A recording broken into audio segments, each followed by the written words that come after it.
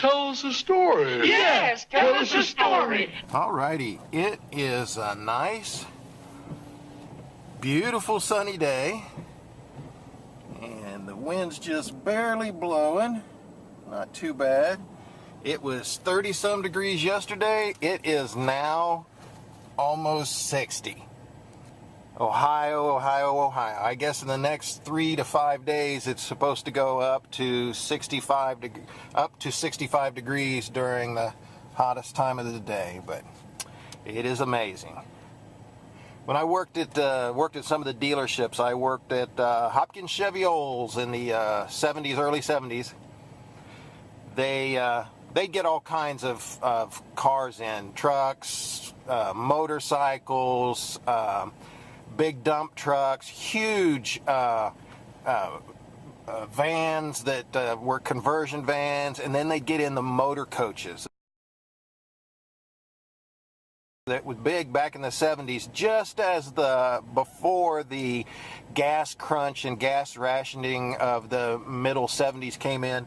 They used to get these huge 35, 40, and 48-foot motor coaches. Big GMCs, when we're on big GMC flatbed chassis, huge big block motors in them. Diesels weren't a big thing back then. They didn't have too many of the diesel pushers, but they did have a lot of the big block gas campers, vans, and those motor coaches. We'd get them in every now and then, and those guys would always have trouble putting them on the car lot. They'd unload them, and they were so big and unwieldy. And if one of the truck drivers wasn't around, they would all try and, park it, move it, get it around the lot, put it into a position, because they used to move them out during the day. They'd move them out to the front of the lot during the day so people could see them, and then they had to move them back off of the road and stuff and secure them to keep things from happening to them, so nobody would get into them and have a big party or mess them all up. The car salesman, the used car salesmen, where I used to work in the back behind the building as the safety and security, the safety guy for making sure that all of the vehicles to be resold were safe to be resold as A1 cars. And I did body work back there for them. I did all kinds of stuff. They used to be up front in the building, and they would set up there, and they would take and do all kinds of crazy stuff to pass the time when it started getting boring and everything. It is just amazing. But they called me up one day, and they said that motor coach had to be moved to the side lot over in the corner and parked next to the other motor coaches. Well, there was only one thin slot over there where the motor coaches could go, and none of these guys, I've come to find out, none of these guys wanted to move it because they didn't think they could and stuff. So they called me up there, and they got in it, and I went out and I started it up, let it warm up, got it ready, pulled it out through the car lot, between the cars, up around the head, and then backed it up for the longest distance, back around the cars and backed it up and put it in there and got it set up and shut it off and brought it in and hung the keys on the hook and everything like that. And the other guy was PO'd, bitching and moaning and complaining, la la la, and the other guy goes, pay up, and he handed him $100. When I looked at both of them and stuff like that, and one was mad and one was happy, I guess what had happened is they'd bet $100 that I couldn't go out and get that 40-footer and maneuver it through a parking lot full of used cars and then turn it around and back it up into that little thin slot.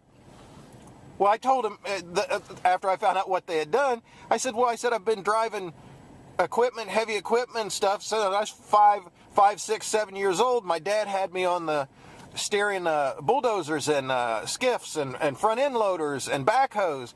I said, and then I worked on the farm. I said, I've hauled split tongue trailers with a ton of hay on it before and backed those in. I said that, and then one guy was just mad that he didn't do it.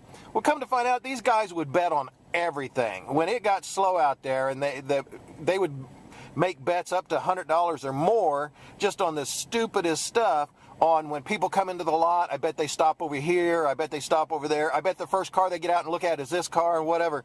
So before the gas crisis come in, those guys had more money. But after the gas crisis come in, their bets weren't $100 and more anymore. They bet $1. So times were changing, and these guys were the guys that always had to wear the big rings and the big jewelry. And remember, it was the 70s, so they had the disco pants on with the big open front, wide lapelled disco jackets and all the jewelry and everything, and each one of them thought they were John Travolta. So I don't know. It was just one of the things that I remembered from being there. And then they as I went up, they wanted to send everybody that was there a long time. They always wanted to send them to those places where they teach you how to. Basically, it was called the Dale Carnegie School of How to Win Friends and Influence People.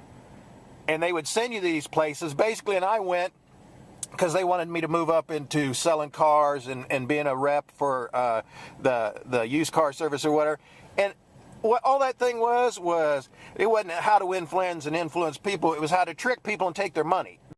That's what it was. And I thought it was disgusting, but that's the way they did it. I mean, that movie Used Cars, if you've ever seen that. Look, I don't know, Rudy. I ain't never sold no damn cars before. It's easy, Jim. All you gotta do is get them in that car. Nothing sells a car better than a car itself. Now remember this, you gotta get their friendship, get their confidence, get their trust, then get their money. Let me get the door for you. All right, I don't know. Oh, no, that's all right. I'm just looking. Oh, yeah, but I want you to look inside. It's No. real nice in here. No, I don't want to get inside. It's nice and comfy. It's roomy. You got a lot of leg room. I've just been looking around a lot of little. Yeah, but I want you to look inside. No, I don't want to look inside. Oh, just get in the car. Get in here. Get in